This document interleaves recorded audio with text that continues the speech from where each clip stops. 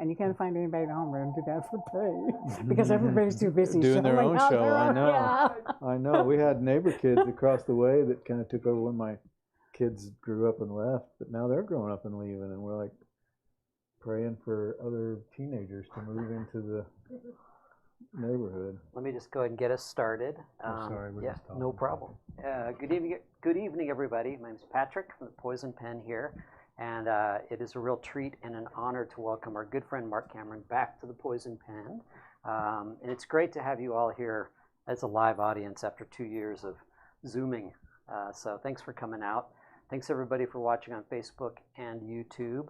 And a big shout out to our friend Dana Stabenow, who's come in to do the heavy lifting on the interview with Marc. But I'm going to be monitoring the comments field on Facebook. So people watching online, if you have questions for Marc and or Dana, go ahead and put them in, and I will be happy to ask some of those towards the end of the hour.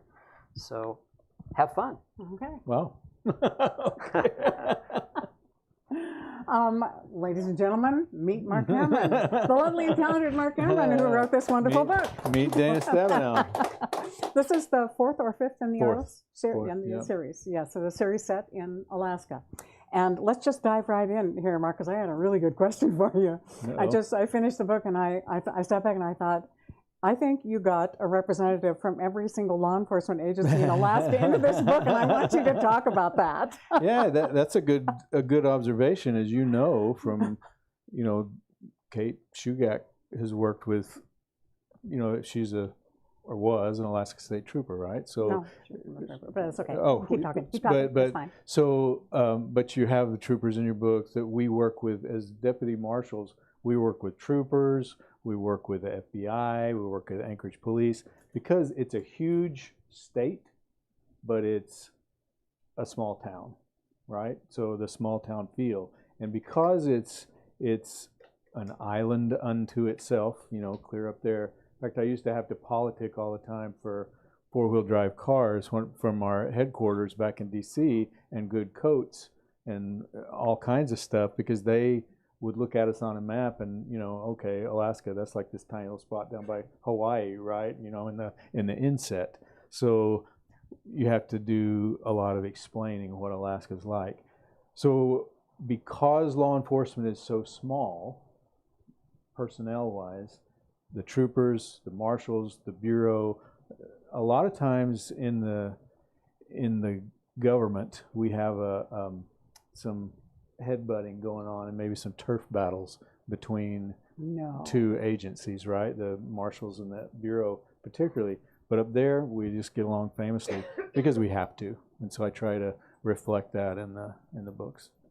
And there's jerks on both sides. Well, now that brings up another interesting topic, because for the most part, certainly in Cold Snap, it felt like Arliss, your main character, there were multiple viewpoints in this novel, but Arliss seems to, even the punk, kitty cop who's like just on board and he thinks he's gonna like seduce Arliss's partner, and even he, has his good points. You seem to pretty much like, but there is a profession that you don't care too much for. I would say the lawyers. Like in a major way. Well, that's the most objectionable character other than the villains. Yeah, I have good friends that are attorneys, but there is a bit of maybe some disconnect in the way we think sometimes. So, as police officers in law, and I apologize if there's attorneys in the audience. They know all the jokes already. Good, yeah.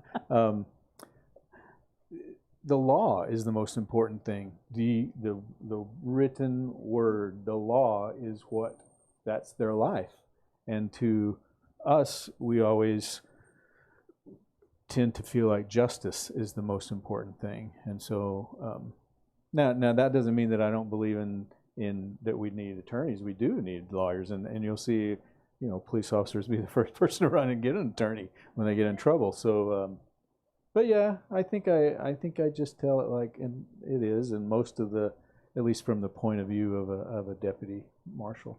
Well, and that's leads to, it might have been in the same section of the book, that leads to another thing that I noticed in that Arliss doesn't really care about he cares about cashing the perp and getting him in jail. That's it. That's what he cares about.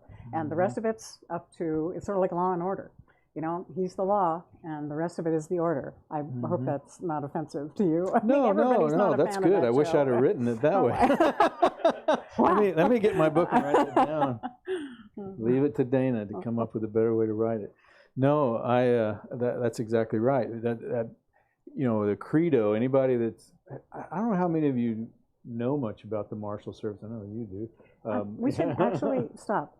For those, I think maybe everybody knows who Mark is, but maybe everybody there doesn't know who you are. So, explain about your past life before you became a writer. Okay, so I started in law enforcement in a little town in Weatherford, Texas. I was one of my classmates is here. Little town outside of Fort Worth. Went away to school, came back, got a job as a policeman there because my wife was going to have a baby and I needed a job, making $6.67 an hour and horseshoeing on the side to make ends meet. Applied with the United States Marshal Service, and after about 7 years on the job as a police officer, got on with the Marshals. I'd had some interactions with the Marshals when I was a young, kind of a baby patrol officer and then a detective, and really liked what they did. I liked the mission, that what you just said about you don't care about anything except getting the person to jail. Now, most people that have heard about the Marshals have heard about us through the movies, unless you happen to be related to one. Either when I was growing up, it was Rooster Cogburn and Cahill, U.S. Marshal, and then as it kind of rocked on, then there were a couple of Tommy Lee Jones movies, the U.S. Marshals and The Fugitive. And then now most people know about, in my kids' generation, know about the Marshal Service from a show with Tim Oliphant called Justified, where they had marshals or a show with, the character's name was Mary Shannon. I can't remember the actress's name, but she played, it's called In Plain Sight, about a witness security inspector. People ask me about witness security all the time. We're not able to talk about it, but we did have folks on the show, and they did a really good job of what they could talk about, getting it right. And also with Justified, with the exception of all the gunfights. We don't have quite that many, but you got to write, that for TV. But so people know about it from the media, from entertainment. And we as deputy marshals have our favorite little lines.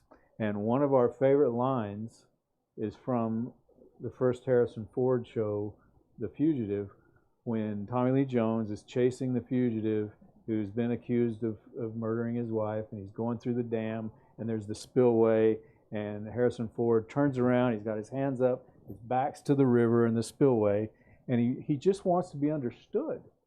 And Sam Gerard's there he's already lost one gun, but he's got another one here because that's the way we roll. And he says, and Harrison Ford says, "I didn't kill my wife." Anybody remember what? I don't care. He said, "I don't care." That's exactly the way we are not about the why and really what you did, with the exception of to protect ourselves. Our job is to get you back to where you're supposed to be the muscle for the federal court. So in a nutshell, that's my background, and that's why I write about Arliss the way I do, because we care about people. Don't get us wrong. Don't get me wrong. We do outreach, and we do a lot of work in the bush communities with Native youth and rural youth. But we really don't care about guilt or innocence. That is not our job. Once that federal paper comes down, our job is to get you back in front of a judge. And Arliss takes that very seriously. I'm a little hesitant about asking this question, and you can turn it down. Okay. But I recently read the most recent Joe Pickett by Chuck Box, and before that I read the second Renee Halloran, I think it is, novel by Michael Connolly. Oh, okay. It's the younger female cop that's kind of coming after. One. Right. And both of them have written pretty eloquently, I think.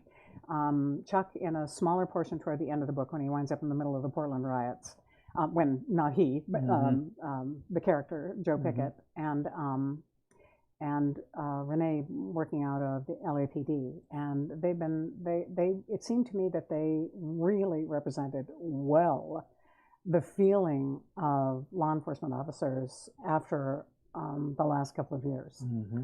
Are you finding it difficult to, I don't know, do you want to touch that in your books? No, yeah, I do. I think I try to make it real, and it's my son is an Anchorage police officer. I didn't know, Mark. He's been an Anchorage police officer for 8 years. My eldest son was an Air Force OSI agent for 6 years.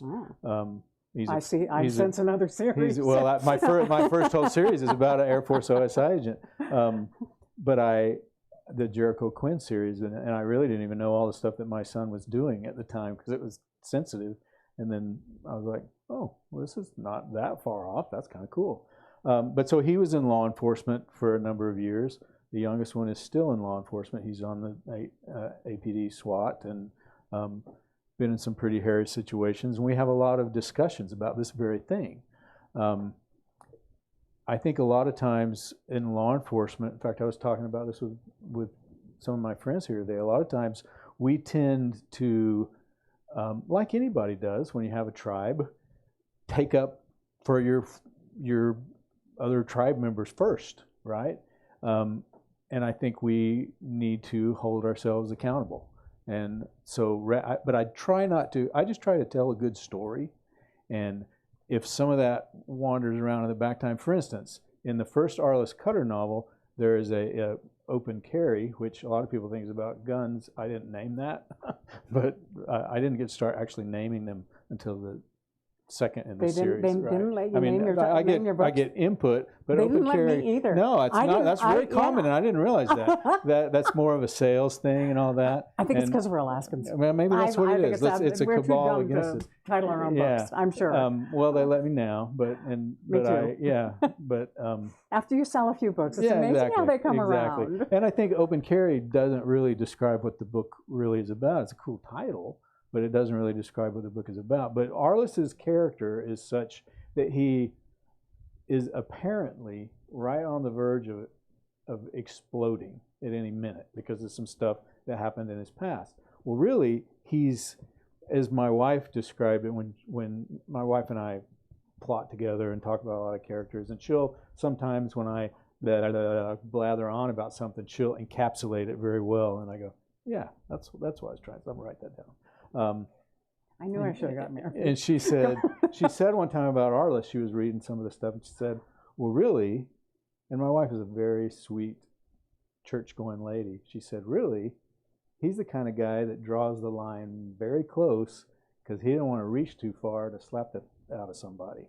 And I said, did she say that? Well, she said the word. Oh. I would say it too, but there's nice people here. No. There's nice people here. Family show. Exactly, family show. Patrick can blurt it out. No, I don't. I'm a family guy. Anyway, that's his personality. And so it would be very easy for me to make him just super heavy-handed and just beating the snot out of people that need it. But Jericho's that way. And I will say Jericho, but he's not a police officer. He's a anti-terrorist guy. So there's a part in the beginning of the book of Open Carry where he's saving another officer, and it's a knockdown, drag-out fight. Anybody know what a Halligan tool is? Okay, so it's a big old metal bar with a hook on it, and it's for breaching doors and opening car doors and whatnot. And he's used it to go through a wall. And in the middle of this fight, he hooks the guy in the hand with a hook and pulls him into a punch, and it's brutal. It looks just absolutely brutal. And his partner's like, "What the heck, boss? You're going crazy." And he says, "I could have shot him, and I didn't shoot him." So, he's like, I'm not going to put up with that. So I want to show there is violence. Sometimes the brutality that we see in law enforcement to somebody that doesn't understand is like, oh my gosh, I'm going to throw up. All right, well, I could have shot him. have been around people that have tased people in the face. That's horrible, but it's better than getting shot. And so I want to explore some of that and write the reality of it. So I do touch on it, but I don't want to. I try to keep the politics out of the books. I want it to be more. I don't care about guilt or innocence, and I don't care about the politics either. I just want it to be a rip-roaring, very fast-moving story. You write action really well. Thank you. Case in point, the first chapter of this book on the Russian trawler. Oh, that on was the bridge. fun. Oh, yeah, That was fun. I could tell you were having a good That was time. fun. Well, that's sort of inspired by true events, but Well, do yeah. tell. Well, yeah, the Marshal Service, part of our duty, again, to be the muscle for the federal court. So we work for, we're part of the executive branch, but I guess that's what the executive branch does. We execute crime, execute writs and orders and things like that. So anytime any federal paper comes down from a judge or a federal court, we go out and we enforce it. One of those federal papers when I first moved to Alaska was to seize in my personal case, this particular one was a Chinese vessel that hadn't paid for fuel, and then it had skipped out. And when you don't pay for fuel on a ship, you know from your background, that's a lot bill. of money. Yes. It's in the tens of thousands of dollars for that much diesel. And so we went out, 3 of us in a little skiff, and we had a person there with us that was going to be the substitute custodian. When we seize it, we don't like hang on to it. We're like, here's a sticker that goes on it. Now we're going to pay you a lot of money to watch this boat. And I think we made one of those guys a bajillionaire by several of the boats we seized over the years. But so we had to board this vessel, and it was just a rickety, this huge vessel. And one of our rules is, and I think I mentioned in the book, we can't board on the open sea. It's just too dangerous. It sounds cool when you're a young deputy. And I came from Idaho. There was no vessel boarding in Idaho. Texas, no vessel boarding where I was in Texas either, like Texoma, but that was like catfish boats and stuff. And so coming to Alaska and going out to Dutch Harbor was a pretty big deal for me. In fact, I had on a leather jacket, and they were like, yeah, that's funny. Here, wear this Grundens. And so we went out to a mooring buoy, and the boats were up and down. I mean, you know from your past, you lived on a boat, right? So yeah, and I've done a lot of ride-alongs. Okay, I've done a couple of ride-alongs with the Coast Guard, and I wrote about a story in Alaska Magazine about Marine pilots, and I boarded. Oh, okay, then you know exactly. Yeah, no, so, not fun. Yeah, not fun and at the all. pilots have to get on these vessels, and there's certain rules. Well, not all countries obey those rules. In fact, most don't. Yes. I'm sorry. I want you to finish the story, but there's just one thing before I forget about it. One of the things you talk about the ladder, and it's supposed to be only 30 feet long. Yeah, I had to do that too. Oh, did you really? Oh, yeah. Oh, yeah. It was a lot longer than 30 feet. Oh, yeah. Yes. And it's 30 feet, like 60 feet, and then the swells come up, and the boats just don't get along, and so they like rise and fall at different times. They're supposed to. I would imagine that a boat you're trying to board, to stop some wrongdoing. They don't cooperate.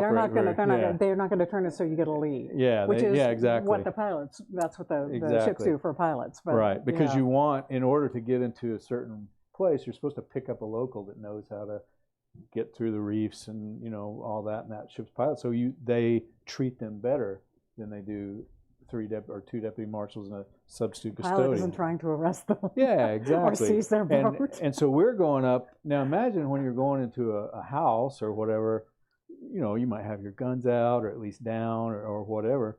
We're hand over hand on a ladder that's flush to the vessel. It's supposed to actually have a standoff, but like our knuckles are having to dig around. And I hope you're not watching this, Randy, but I'm behind my boss, and I'm worried he's going to fall off the ladder, as he would have been for me. And we're really not dressed for it. It was a great adventure. I was 36 years old, so it was awesome. Get on the boat. There's rats everywhere. I speak Japanese, and they sent me because what's a Chinese vessel? And I'm like, oh yeah, that makes a lot of sense. That makes a ton of sense. but I wanted to go, so I didn't really like push it very hard. And most of those international was from the pilots that I talked to. I understand that a lot of the international freighters, they have Indian officers and Filipino crew. Yeah, right? this had a lot of Filipino so speaking crew. Japanese is not going to do you any good at all. Especially on a Chinese vessel. But so there were no, like I won't wreck the story, but the freight wasn't the same as that. But just being on the ship and the adversarial nature, they were a bit, when we first, boots on the deck, they were a little bit adversarial until we got on the radio and the Coast Guard cutter sailed around. And then they were like, okay, whatever you say. So while we're the muscle of the court, the United States Coast Guard, now this was pre 9/11, and at that time, Coast Guardsmen, their law enforcement were sworn in as special deputy marshals. And so because they were, when it's not a time of war, they were part of the Department of the Treasury. Now they're Homeland Security. So we swore them in with law enforcement powers just like ours. So we had a very close, and continue to have a very close relationship with the Coast Guard. When I did my first ride along with them, it was in February in the Bering Sea. And I flew into Korea. And then I smirked. Oh. So I flew into Kodiak, of course. There's a huge naval base in Kodiak, and the Navy, I forget when, turned it over to the Coast Guard. Now it's, I believe, the largest Coast Guard base. It's huge. Yeah, in the country. And so I think really I was there on approval because I'd reached out. I'd gone online and found the Coast Guard has a great website for anybody who's interested. And they have pages for each individual ship. And so I went to see what ships were in port in Kodiak at the base and got in touch with the captain through that. And I think it was in his mind, he never told me this, but I think it was in his mind that once I had reached out to him, maybe she would want to do a ride along. And I think, so I went down there and he just basically ran me all over the ship. And then the next morning I had to get up early and go to law school. Yeah. So I would say that the Coast Guard, they're all about making the case. Man, oh yeah. They want all the paperwork. They want all the I's dotted and all the T's crossed. And once they get that, what they want, one of the officers told me was what they want is to assemble enough evidence that there's absolutely no way that the wrongdoer can squeak out of it, and so they'll just cop to a plea when they get him in court. Oh yeah. And fines and seizing of the ship and everything else follows. And they're so professional. I've got nothing bad to say about the Coast Guard. Have you ever, I don't know if you've seen the video of the Coast Guard law enforcement team jumping on the little mini sub and pounding on the front of it. That's super cool, and I would say it's indicative of most of the Marine incursion guy. I can't remember, it's MARSOC, I think, whatever they call their acronym, their law enforcement interdiction teams. They're all that way. They're just super cool people. I noticed the cutter in the chapter is Monroe. Yeah. I did my second ride along was on Monroe. Oh, really? My first was on Alex Sailor. Yeah. That's such a cool vessel anyway because of the history. And this is something about writing that I can't remember who told me this early on. It just said, trust your reader to do some of the research and just sort of plant little things. But I mention it in passing, but I don't go into a lot of detail. But the Coast Guard cutter, I can't remember his first name, but Monroe, he was the only Coast Guardsman to win the Medal of Honor. And so there's a really cool backstory there that I didn't have time to tell in the book, but I hope people go and look that up because it's a pretty fascinating story. Yeah, but fans do that. They do. That's what they do. Is everybody's got a handheld computer now with all the memory and all the access that you could possibly want. Oh, I know. I wonder if that's true. They say. Oh, exactly. Right? Yeah. And if we don't get it right, we hear about it. Believe me. I always say that people read the Jack Ryan series with a TI graphing calculator and a gazetteer of the world and check everything. I get emails. I guarantee you, do not get the half-life of plutonium whatever 30 whatever wrong because you will hear about it. I wanted to give you a huge compliment on this book in particular because the first chapter is all action. I mean, even when they're not doing anything, the implication of violence and of something bad happening is, I mean, beginning with falling off the ladder into the Bering Sea and you'll be dead in 2 minutes. And I have noticed a couple of other writers doing that. Paul Doyen, the guy who writes the Fish and Game guy in Maine, he started out, the last book I read by him started out, he's in Maine, right? And all the stories happen in Maine. But the first chapter, he was down helping his opposite number in Florida capture one of the rogue boa constrictors down there. That is a really interesting chapter. Cool. That will That's definitely great. clear your sinuses right up. Yeah. And you're doing, and then he goes back to Maine and the story starts. So, I mean, this is a tremendous hook. It's it's great. It's like, okay, God, what's he going to follow that up with? Well, my editor with Kensington, his name's Gary Goldstein. So he's been my editor on these books the Jerichos before them, and then I wrote Westerns under the name Mark Henry before that. And then Ghost wrote some before that for another author. So he's been my editor for almost 20 years. God, you're lucky. Yeah, and he's just that old school, very cool, like you expect him to be at the Algonquin Round Table cracking wise, you know. You really are lucky. Yeah, he's a very cool dude. And he's just, the first time that I ever got editorial comment from him on Beyond the Westerns, he read the first Jericho, and he didn't quite like the first chapter, and he said, "Mark, I would like you to kill more people in the first chapter. What I like you to do is start with a massacre and build from there." I said, okay. So that's just, and plus I would write for Boys Life magazine, and if you don't write about poop or death in the first sentence, 15, 13, 14-year-old boys aren't going to read your short story. So, yeah, it's... Death or poop, as I believe our Exactly, Yes. exactly. Mark and I have discussed this before. Yeah, that's true. We did on the last time. I don't know how much it was on Talk of Alaska, which is a radio show on public radio in Alaska. I think it's once a month, every Tuesday at like 10 in the morning. And they had me and Mark and Heather Lendy. I don't know if you guys haven't read her book. You really should. Oh yeah, she's a fascinating. She's amazing.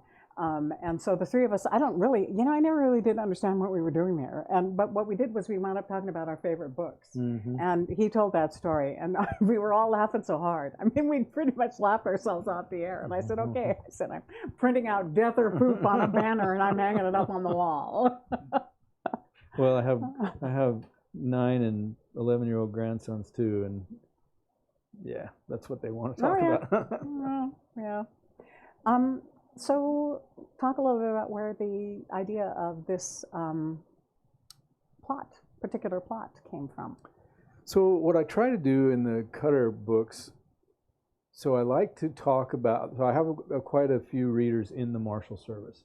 And so I think all people that write crime fiction have you're kind of walking a tightrope where you do all, I mean, you've ridden with the Coast Guard, I know you've done ride-alongs with law enforcement, you know law enforcement.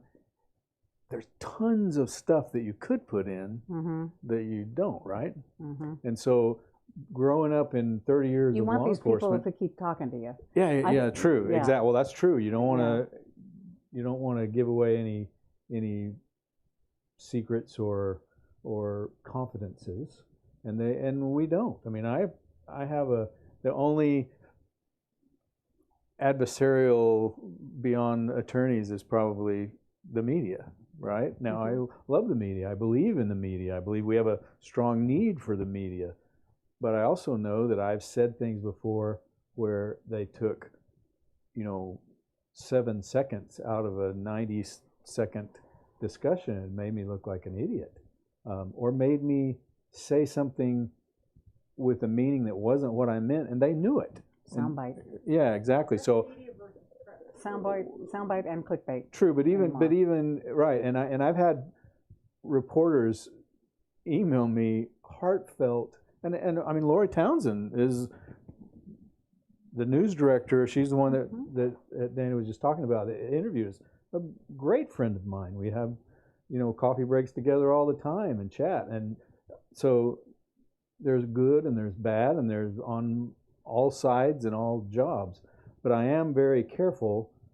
So but beyond that, when I'm writing about law enforcement, I want to entertain people that don't know all the acronyms like MARSOC and USMS, and I try to put in fun acronyms too. In the Marshal Service, we have an acronym called a POD.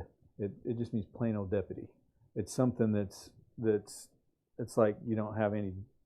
You're not a supervisor. You're not a chief. You're not an inspector. You're just POD. It's kind of a baby deputy.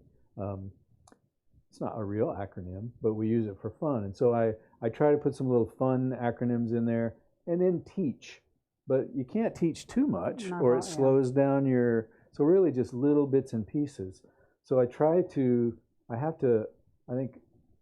you do this too. You walk a thin line of saying, I'm gonna show what law enforcement is like without getting into the nitty gritty, or just show the nitty gritty without showing the.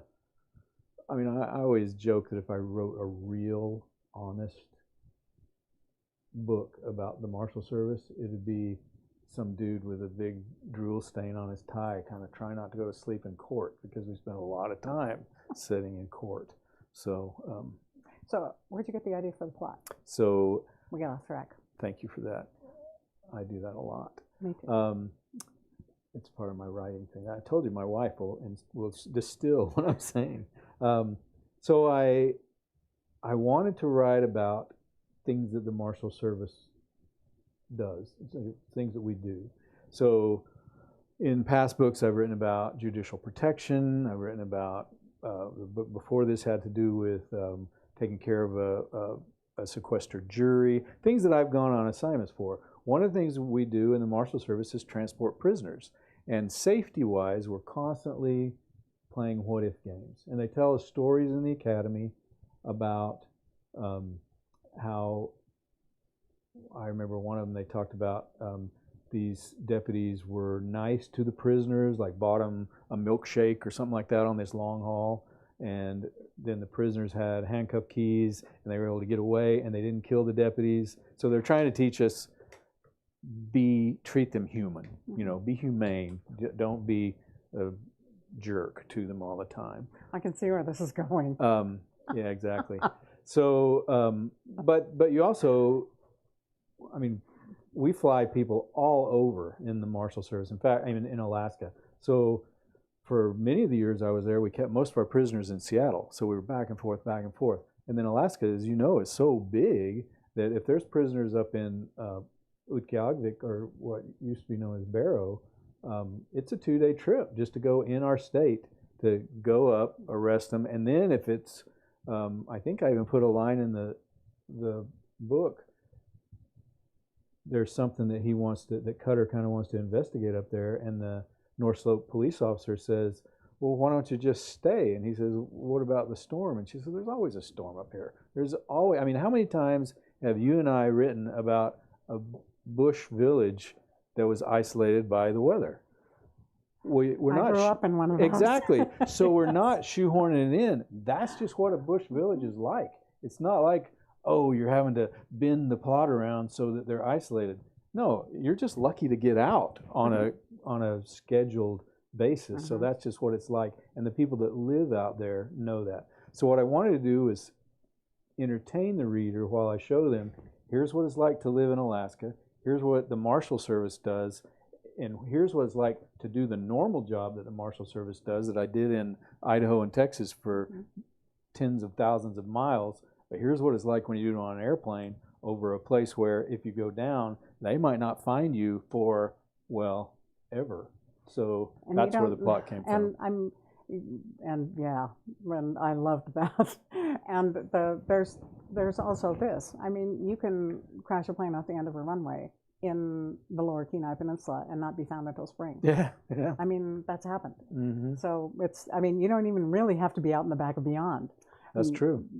We always say in Alaska that Anchorage is only an hour away from Alaska. But once you jump in a plane and just go, it doesn't matter, like she said, down on the Kenai Peninsula, still on the quote-unquote road system, you are step out of the RV and into the food chain. You really are in an interesting part of the world. You had a great line, and I think you repeated it a couple of times.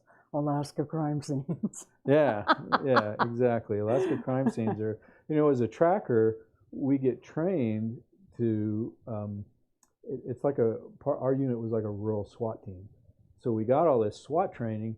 90% of the tracking we did was search and rescue. We would help ASAR, Alaska Search and Rescue, and almost every time our primary concern was, are we going to come up on a bear incident? Because when somebody goes missing, that's the first thing you think. Okay, are we going to come up on a foot here or a leg here or whatever? Or a fresh kill. Exactly. With Or the bear hanging a around. fresh kill where the bear is hunkered over on the side. The one that happened up on the hillside, or not the hillside, by Eagle River, one of my friends actually found the bear, one of the APD officers. So yeah, there's plenty of stuff to draw from, and yeah, so I try to. Alaska's just such a. I'm sure you get the same thing. People will send you ideas for stories, and ideas are not what I need. I just need the drive to write the ideas I have down. Alaska is so fertile with different geography, different cultures. I mean, how many native cultures are there? There's 220 the last time I counted. But there's 220 individual tribes. Right. There's 12 in-state native corporations. Yeah. There's, tribal villages. There's, village tribes. There's, I mean, they're countless. Yeah. Yeah. Well, just out on to if you think of Alaska like your hand, so the Aleutians, so deadliest catch here, down here is Seattle. Stop that. This is Anchorage up by the armpit. So this whole area here in western Alaska, let me stop that, sorry. I'm embarrassed to have my phone ring during my own thing. That's the Never going to let you hear the end of this. That's the police officer calling me. So if you think about western Alaska, there's several, but there's two great rivers that run through it. The Yukon that comes out of Canada and it swoops down and up. And then the Kuskokwim comes up and then swoops down. And so it makes this big delta, and we call it the YK Delta, the Yukon Kuskokwim Delta. The second book in the series, Stone Cross, happens on the Kuskokwim out of this little town called Bethel. And then some small villages. Excuse me. There's like 6,000 people in Bethel. That's not a little town in Alaska. That's like the 11th or the 7th largest town in Alaska. 6,000 people, right? Sorry, I stand dejected. So this whole area here is about the size of Oregon, and there's 21 troopers that handle it, and there's 56. It might be 54, but I think there's 56 tribes or villages. Now, some of these villages are very small, and some of them are 6,000 people. Some of them are 300 people, but they're dotted all over. And the only way to get to them is by air or by boat, or in the wintertime, they put signs in the frozen river and ride snow machines to them. And as a matter of fact, the Marshal Service just bought an airboat for Bethel troopers so that they can come up and down the river. Useful. Because what you have to remember what I was talking about, villages being cut off. In breakup in the spring and in freeze up in the early winter, the only way you can get to these villages is by river, or when it's frozen, right, or by air. Well, when it's breakup or freeze up, then you can't get there by the river either. And then if there's a storm, then you can't get there. Full stop. You can't get there. And so if somebody has appendicitis, if there's a murder, it turns into this Agatha Christie mystery with everybody, suspecting everybody else, and it happens all the time. So it's really fertile ground for cool mysteries. And I always think of that Alaska as the main character in all absolutely the books. No, yeah, and it is. You've done a great job with that. I used to, when I was doing long prisoner halls, I would read your books. Long prison halls. Well, I had several. Kate, you get with I had you. several. Yeah, I did. Cool. I Thanks. did. Yeah. So you do mention the Baker Bob because what can we say without spoiling? That's there are multiple murders. Right, and that was actually taken, the subplot that has to do, it's actually mentioned in the end of the last book. So if you read this book, that we get to find out more about that person that we can't call a serial killer because you don't do that in law enforcement, right? You don't use that word because it scares people. But that was taken from a couple of real incidents. So, do you know any APD officers? So John Daly's been an APD officer for millennia. I used to know some. Okay, so everybody I know retired. Yeah, I need to cultivate new sources. Exactly. So, well, you got my son. You can talk to him. Well, please.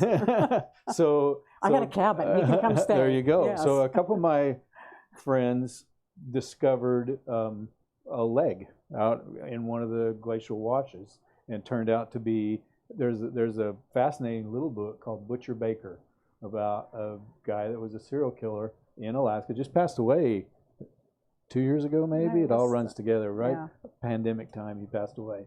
But he would kidnap prostitutes, fly them out into the bush in his plane, and hunt them like the deadliest catch. So, and then we've had feet and legs and washing up on shore for a long time around Alaska that we can't really. There's several theories about whether the shoe keeps a drowning person from, the ankle comes apart and that's just all that washes ashore, or whether they're kidnapped or trafficked or whatever. So that happens on a periodic, fairly frequently, more frequently than you'd like to have a foot wash up on shore in Alaska and actually on the West Coast. Maybe 15 years ago, we had a torso wash up on shore, and one of our deputies was working on the task force, and she was able to, using internet resources and some prison resources and stuff like that, help identify the body, but it was just the torso. There was no identifying teeth or fingerprints or anything like that, and she was able to help identify it with tattoos and on a decomposing body. So I took from that, I took from the feet, I took from Butcher Baker, and so that's kind of one of those subplots that goes on through this book as well, besides the plot that Arliss is doing. And I would say that probably one of the things that people like about my books, and also some people don't like about my books, is I got a lot going on. Because in real life, and I also leave things unfinished. I want every book to have a beginning, middle, and end, but I also want something to keep going, because I was a detective for several years and then a deputy marshal for years and years. I never cleared my desk. There was always something sort of hanging fire. And so I want this to make the reader, and not everybody likes that, I admit it. I like it, so that's why I'm going to write it. And I do have enough people that I think with the Marshal Service that like it, maybe. That's my only fans. But I think that it gives you a real feeling what it's like to go, man, has anybody ever heard of the book Brunderbar? It's a Maurice Sendak book.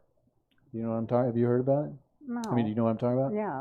It's a little kid's book. So Brunderbar was the play that the Nazis had the kids do, and I can't remember the name of the camp that the little kids stayed at, where they took the film and tried to make it look like a happy place. Oh. Yes, I know what you're talking about. It starts with a T, I think. I can't remember the name of the camp. Anyway, Brunderbar, the long and short of it is, it's about a hurdy-gurdy guy who's bad, and these little kids, and their mom is sick. She needs milk, so they go into town to make some money from milk. They have these talking animals. The hurdy-gurdy guy, the guy that has a little monkey, he hates him. He's mean. He looks just like Hitler in the books. And he fights him. They fight back. He ends up losing, but he's a mean guy. I mean, he's just trying to hurt him. He ends up losing. They are victorious. They go home and they save their mother. And then the very last 2 pages, the last page of the book, it's got Brunderbar, and he's standing there. He's this little creepy guy with a mustache. And it says, and you turn the back page, and it's a letter. And it says, and I'm going to mess it up, but in essence, it says, nothing ever turns out neatly. Nothing ever turns out neatly. Evil never leaves completely. Though I've gone, I won't go far. I'll be back. Love, Brunderbar. And it's like, I read it to my grandkids, I'm like, don't you ever read a story like that again.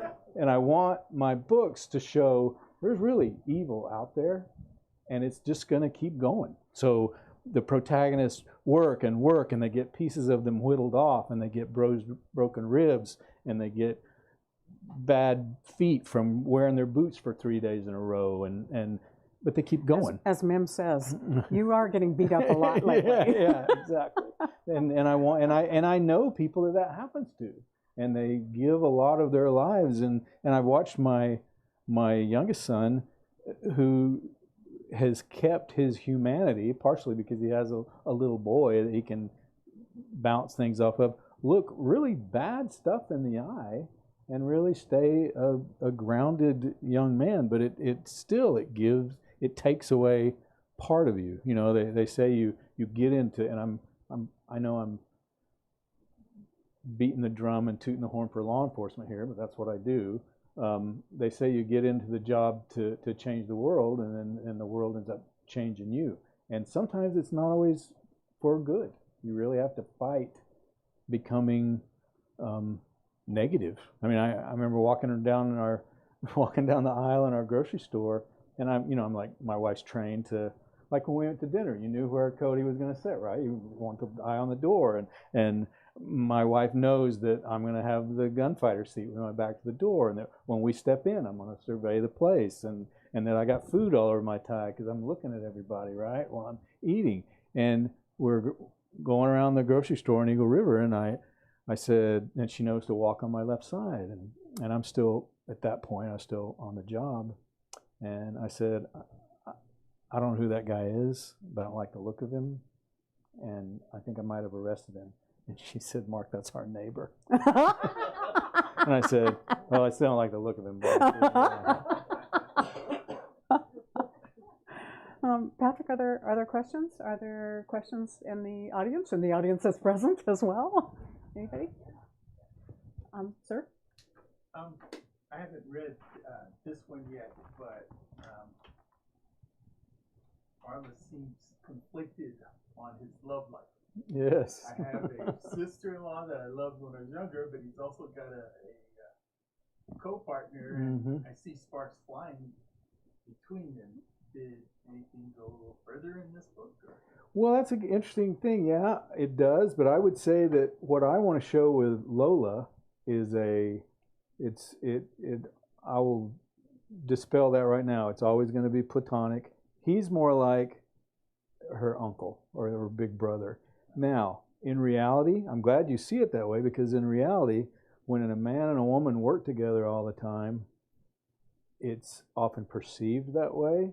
In fact, I'll give you a peek behind the curtain. In the next book from this, one of the senior deputies calls Lola his work wife, and you just about see Arliss hit him in the head with the Halligan tool. He's like, Lola, you need to step outside, because that does happen, and I want to write them to be real characters, and so it pleases me that you see that conflict, because other people see that conflict too. But as the books progress, hopefully, if I do it right, you'll see that kind of coalesce into you're my friend kind of a thing. And you'll see it, I think, more in this. Well, I like the conflict. Yeah, well, there's still plenty of conflict with Mim and him. Good question. Other questions from those present? Well, I do have a few from our online audience, and we haven't talked about Tom Clancy yet, and a few people would like to pick your brain. That's okay. Hey. We had, by the way, last night was fun because we had Don Bentley, who's writing the Jack Ryan Jr. series here, and we went out and they talked about, the challenges of writing in the Clancy world, and Mark writes Jack Ryan Sr. And I don't know, there isn't a specific question about it, but how talk a little bit about those books and approaching that world, and how does that differ from your own work and things like. Yeah, that's a good question. So we've talked about our backgrounds and living in Alaska and having Alaska as the main character, and I think that's really a good way to put that. That is a character, and it's such a big character. Kind of take over. It does. The state, just the geography and the culture can take over. So I've been doing research for my Cutter novels passively for years, just being a deputy marshal, going out and arresting people, being in a fist fight or two, things like that. For the Clancys, I've never flown in an F-117. I've never flown in I've been in helicopters before, and I've, transported prisoners in helicopters. I've done searches in helicopters, but never in I don't have military experience. And so when it comes to writing technology from a military point of view, I have to do what Dana has done with the Coast Guard and ask them, hey, can I come out to Air Station Port Angeles and look at all your helicopters and sit down in the ready room and chat with you? So I go to Seattle Center where they do search and rescue. I was fortunate enough, I wrote about a Coast Guard rescue in Power and Empire, the first one that I did, and Coast Guard Admiral read it and recommended me for a program called JCOC, Joint Civilian Orientation Conference. So it's put on by the Pentagon, and they fly you around the United States, and you get to meet with Marines and Coast Guardsmen and sailors and Air Force and soldiers, and it's just a fascinating week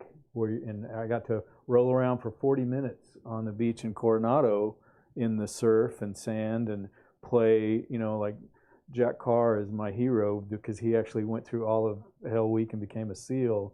40 minutes of it, if you look on my social media, you'll see me rolling in the sand, and if you zoom in, there's little tear lines from 40 minutes of it. In fact, General Adignon, who is the Inspector General for the Marine Corps, so a 2-star general, he was sort of helping mentor, see us through. He was one of the mentors through this as a senior service guy, general.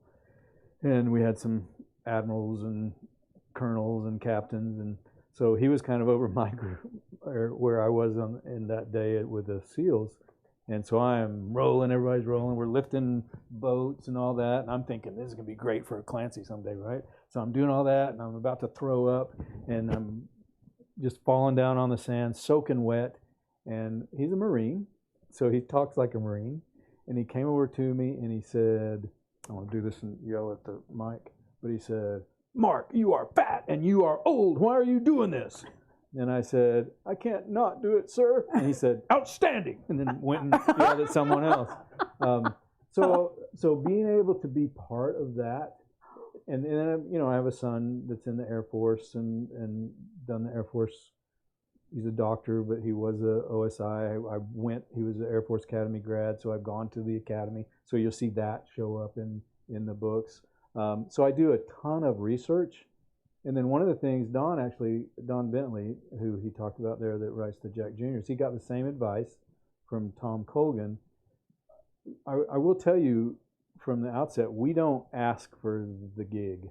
They seek you out. So it's not like your agent goes to them and says, hey, I got a guy here that'd like to do the Clancys.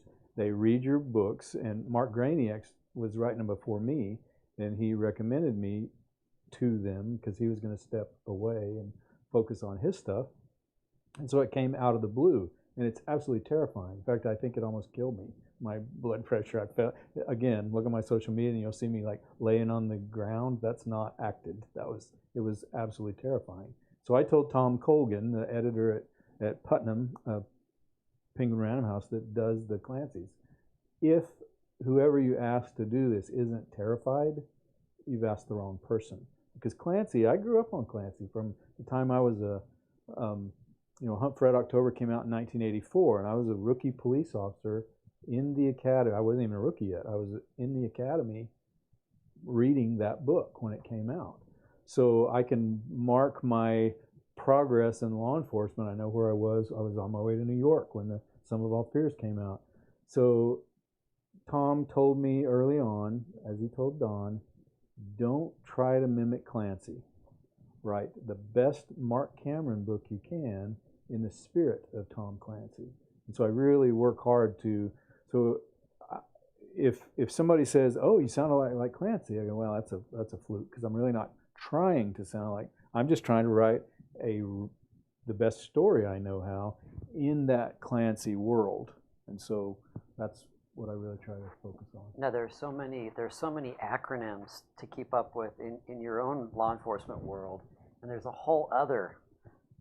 They were talking last night about, we had two. Well, Bentley was a pilot, helicopter pilot, and Ann Wilson, another author, was here. Right? And they kept talking about FARPs, which I kept mishearing the first time when they were saying that.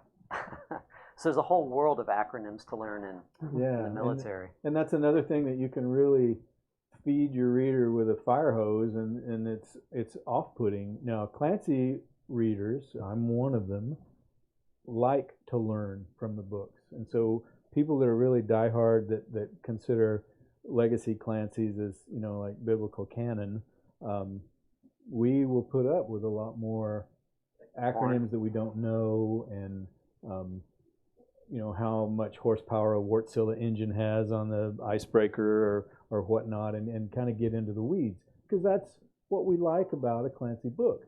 But a modern reader who has Wikipedia and all the things at our fingertips, Don and I can kind of dial that back a little bit, because I remember in Without Remorse, Clancy spent almost a page describing a K-bar knife, a Marine Corps K-bar knife. Most people that are reading him nowadays know what a fighting knife looks like. Like Don was talking about how he described a good deal of a chapter of a neutron going through the pathway of a bomb in the electrical circuits and all that in Sum of All Fears. And so I dialed that back a bit, and as I told Don, and I have chatted about this, and Mike Madden and I before him, Mike wrote the ones before Don, our job, I think, is to make a modern reader, because we've all changed, right? There's gaming, and there's the internet, and there's that Calvin and Hobbes cartoon where he's cooking a pizza and he's looking at the box and he goes, 90 seconds, who's got that kind of time, right? We are like on it all the time, and our brains have sort of changed. I would try to ask somebody to write a 5-paragraph essay and they look at me with a blank stare. It's just, we don't do much of that anymore. And so we all have ADHD as a culture. Yeah, a little bit. I think so. It's self-imposed maybe, but so our job as Clancy writers now is to make the modern reader feel like Clancy made us feel when we're reading his books. And that doesn't mean writing exactly the same kind of books, because many modern readers start out with a Mark Graney book instead of, a Mark Graney Tom Clancy or Jack Ryan instead of a Tom Clancy Jack Ryan. So it's a bit of a slog, but it's a fun slog. And the geopolitical scene has changed so much since early. And that's another thing that I say this every time. I don't generally read my reviews. I don't think much good can come of it. If somebody wants to communicate with me, I'd rather get an email, because I want reviews. I want people to leave reviews. They're great, but I consider those for other readers. But I think it's because I'm too neurotic and I don't want to read people saying bad stuff about me. And there are a lot of people that just are mad because I'm not Tom Clancy, and Mark Graney wasn't Tom Clancy. Don Bentley's not Tom Clancy. But I hear from people that will say, well, that's not what happened in Russia. Well, of course it's not. I'm writing in a different universe. I mean, we weren't in a shooting war with Japan in the 80s either, but in Tom Clancy's universe we were. So we're writing in a parallel universe, if you will. And some people, and it's kind of a backhanded compliment, because Don's whole book is about Ukraine. I mean, much of it, not the whole book, but much of it is about an invasion of Ukraine. And it was written a year ago, so he was very prescient when he wrote the book. Good book, by the way. I got to read it early. Hostile Intent. It's not a Clancy book, but one of his. So I think, we write our books and we're going to have people mad at us because we didn't exactly get the geopolitics right. What we want to do is have the geopolitics kind of mirror, but not, Jack Ryan is not a particular president. He's Jack Ryan. You find Jack Ryan Jr. endlessly irritating, don't you? Don't say that in front of Tom Colgan. But yeah, I don't, Jack Ryan Jr., I don't write much about. I did in the first couple of books. He's Jack Ryan's son. He's kind of a playboy and he's competent, but I prefer to write about other people and leave that to Don. We'll leave that there. I do have a question from, we have a new Italian viewer who's been tuning in, Stefania, asking some questions. And she has a question about, I think this probably would apply to both of you guys, about have you ever had to, the actual question is, have you ever had to simplify a plot because it was too intricate? Go ahead, Dan. I've been talking. Yeah. Yes, in a word. Yeah. Actually, it's more.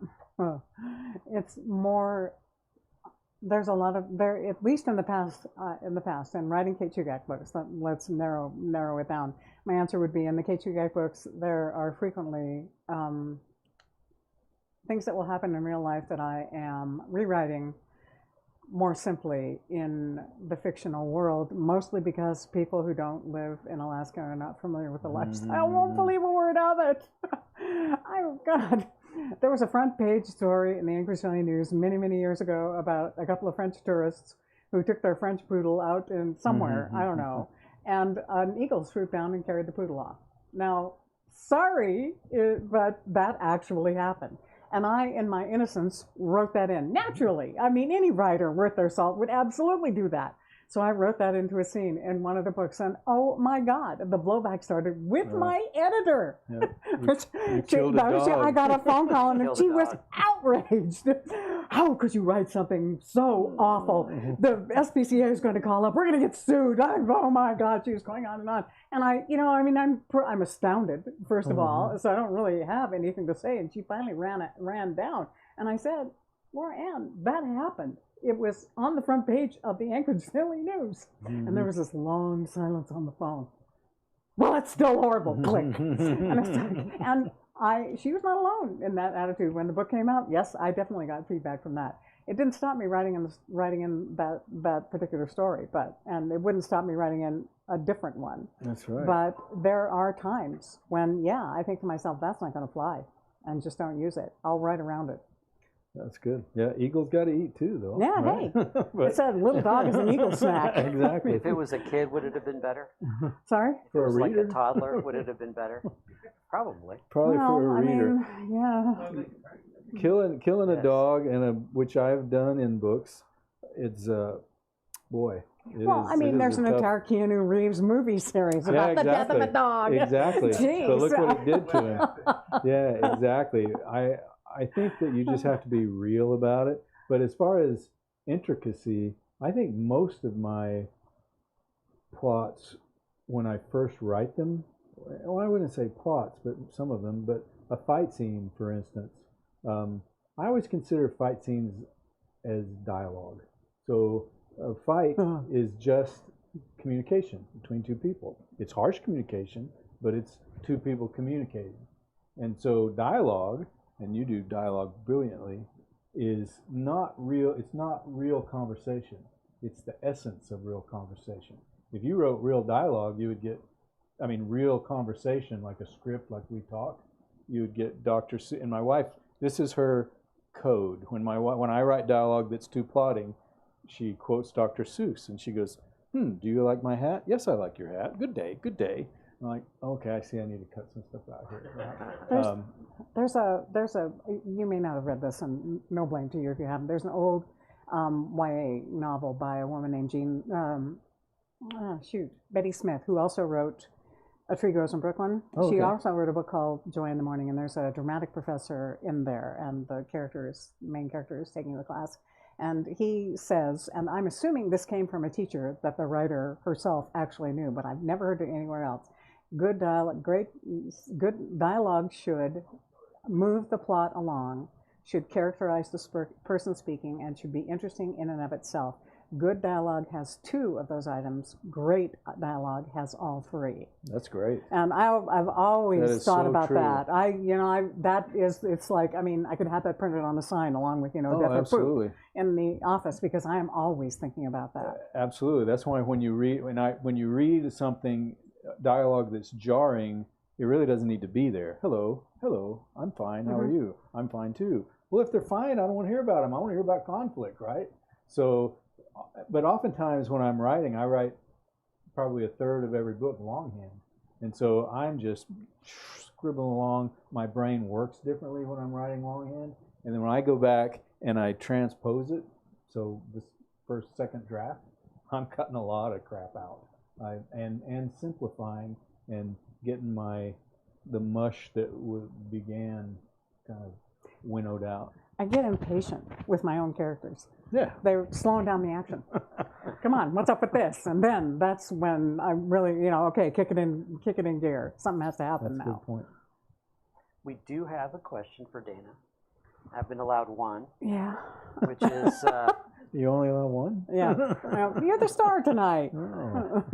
any plans to bring Kate back? Yeah, there will be a new Kate book next year. Sweet. But first, the third I Have Isis novel comes out on November 3rd. I'm launching it at this store. Oh, good. So it will be an evening instead of a Saturday afternoon thing. It'll be at 7 o'clock, just like the big folks. And what's the Like title? a big book. Sorry? What's it called? It's called Theft of an Idol, which doesn't mean what you think it means. That's cool. I wanted to get you on film saying there's definitely going to be a Jericho Queen. I was going to ask that question. Is there going to be another? Yes. I haven't read them. There so. is. It's just it's a matter of time. But we have contracted for one more novella and a full length. But it's just.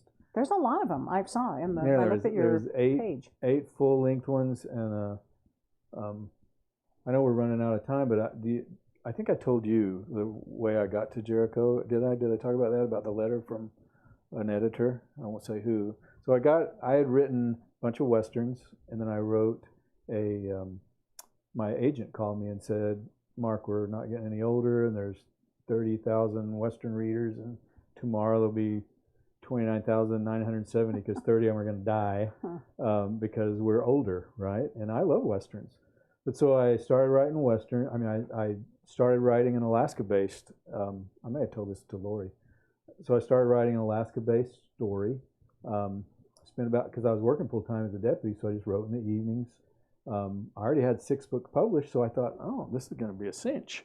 So I wrote this Alaska-based story, sent it to Robin Rue, my agent, with Writer's House, and she shopped it all around New York, and nobody wanted it. How could that be? I was a publisher. My books had hit the USA Today bestseller list. How could that be? But they didn't want it. So, being the sweet, nice editor or agent that she is, she didn't drop me. She said, well, let's see what else you got. So I wrote another one. And this one had to do with some Alaskan Native kids that see a murder, kind of like Open Carry, the first one in this series, but absent the reality TV show and all that. But so set in Alaska, Alaska Native kids. I think I had an APD officer and a bush pilot, or maybe a DEA agent, not a deputy, because I couldn't write about the Marshal Service while I was still with the Marshals. So she shopped that around. Nobody wanted it, but then I got, from one of the big publishers, I got a 1.5-page rejection letter. Now, rejection letters are, in the old days, they were like confetti, thanks but no thanks, or maybe written ticker on tape. ticker tape, or that fluttered out, or they might have been just written on your self-addressed stamped envelope, keep up the good work, but not write for us now, or whatever, or you suck, or whatever.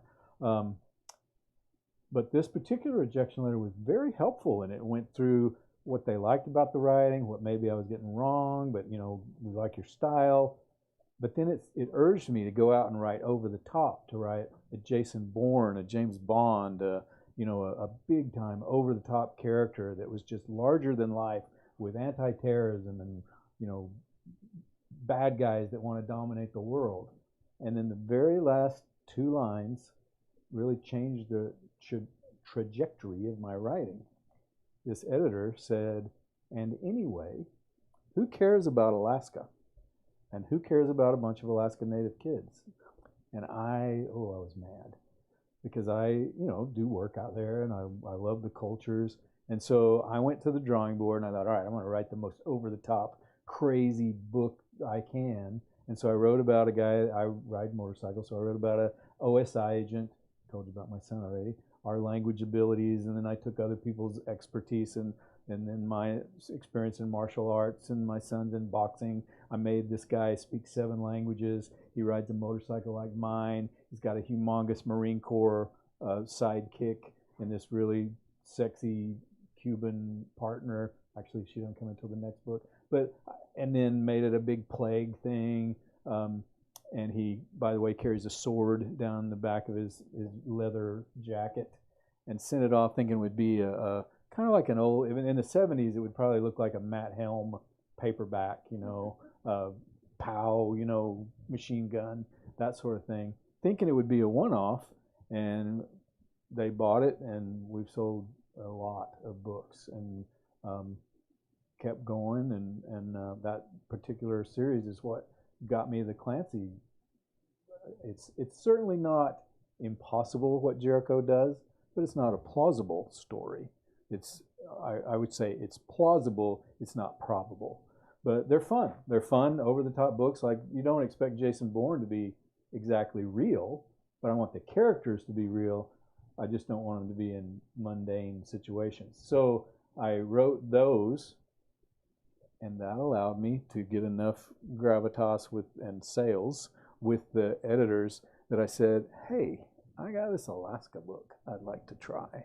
Never throw anything away. And then Arliss, because I was retired, I could plug in and be in a deputy marshal and change it around and then went from there. But that's a long way of saying, yes, there'll be more Jerichos because I miss him and Thibodeau and Ronnie Garcia. I love them. In fact, if you go back and you read the early or the middle Jerichos, there's a character in there named August Bowen, who's a deputy marshal. Remember in class when we used to have to contrast and compare? Look at Arliss and look at August Bowen, and you'll probably see a lot the same. You give Jericho at least one little kind of soft vulnerability. Yeah, he is super in love with his ex-wife, and he's just constantly listens to the Carpenters and fighting. Yeah, no, he doesn't. Yeah, he's got a girlfriend, but he's just super in love with his ex-wife and can't quite figure out where he went wrong. I don't know. What do you think? I think. Are you Team Ronnie or Team Kim? I get emails about them all the time. I like that you go back and forth. Because, she's stumping along now, but I'm more like they're both really hot. Stumping along. You killed a dog. I blew his wife's leg off from a sniper fire. So You tend to do that. Like, really shocked me. Like, oh, cow, you did that. Hey, there's a price to pay for living that lifestyle. there is, and that's what we want to show. That I mean, by the time you get to the 8th book, Jericho is missing a little toe, part of his ear. He's got a floating rib that's not attached, which I also have that. Actually, it's this side. Yeah, there is a price to pay for people. I always quote this instructor. It's a piece of a Chinese idiom. The actual Chinese idiom is about hunting tigers, but I tell it when I talk about fighting, especially to youth, that when 2 tigers fight, one is injured beyond repair and the other one's dead. So in the Chinese idiom, that's saying, so just kind of wait and then you go down there and get them both, But my point is, when you live that kind of lifestyle, even if you win, you lose. And in real life, Jericho would have been retired medically a long time ago, and then probably Cutter would too, because his knee would be blown out. I get communications from fans who say, Kate's been hit in the head too many times. Yeah, oh yeah. So I wrote it in, actually, to a scene. The next time she showed up in the hospital, the nurse looked at her and said, Miss Shugak, we're going to start giving you frequent flyer miles. Oh, exactly. That's so real. I think I have Thibodeau say to Jericho, you're going to get the blind slobbers if you don't. I mean, I grew up around cattle, and you're going to get the blind slobbers if you get hit in the head any more times. And I remember my son boxed in the academy, in the Air Force Academy, and my wife and I are looking at each other like, why in the world would engineering somebody that has to take engineering, which everybody does at a service academy, box? He's getting hit in the head and then going to math class. And more is coming out about the effect of multiple TBI. yeah, concussions. exactly. Yeah. Are we about out of time? Yeah, absolutely. Mark, this has been fabulous. Thank you. It's So good. I feel very honored to be up here with you. You're And I'm incredible. sure you all would much rather would have seen, Barbara, but you'll have to have, Dana's put up with pretty- No, me. you did a wonderful She's an job, Alaskan Dana. icon. Really quick, I was really mad at you because I wanted to name a book Story Knife, and you already have it. Such a cool program you have up there. It's a great thank program. you. Thank you very much. I really appreciate it. It's a dream come true. Yeah. Thanks, Well, Patrick. yeah, thanks so much. Let's give them a nice warm welcome. Let's see here. Would you like to sign at that table or just stay here? I'll just sign it over there. Okay. Take this off so I don't Yeah. go in the bathroom and confess to a murder. I saw that. Thanks, Uh, Dana.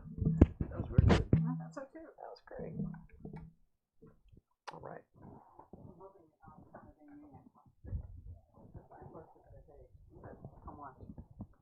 Well, I Let's appreciate it. see You don't even know. I mean, I spent so many years wanting to be a writer, looking at Dana Stabenow books on the shelf, and even now I go around Alaska and I'm like, gosh, she's here. Why am I not here? Do you have a pen or do you need one? I do Or? have pen. All right. Oh, thank you. Don't be shy, folks. Yeah. Oh.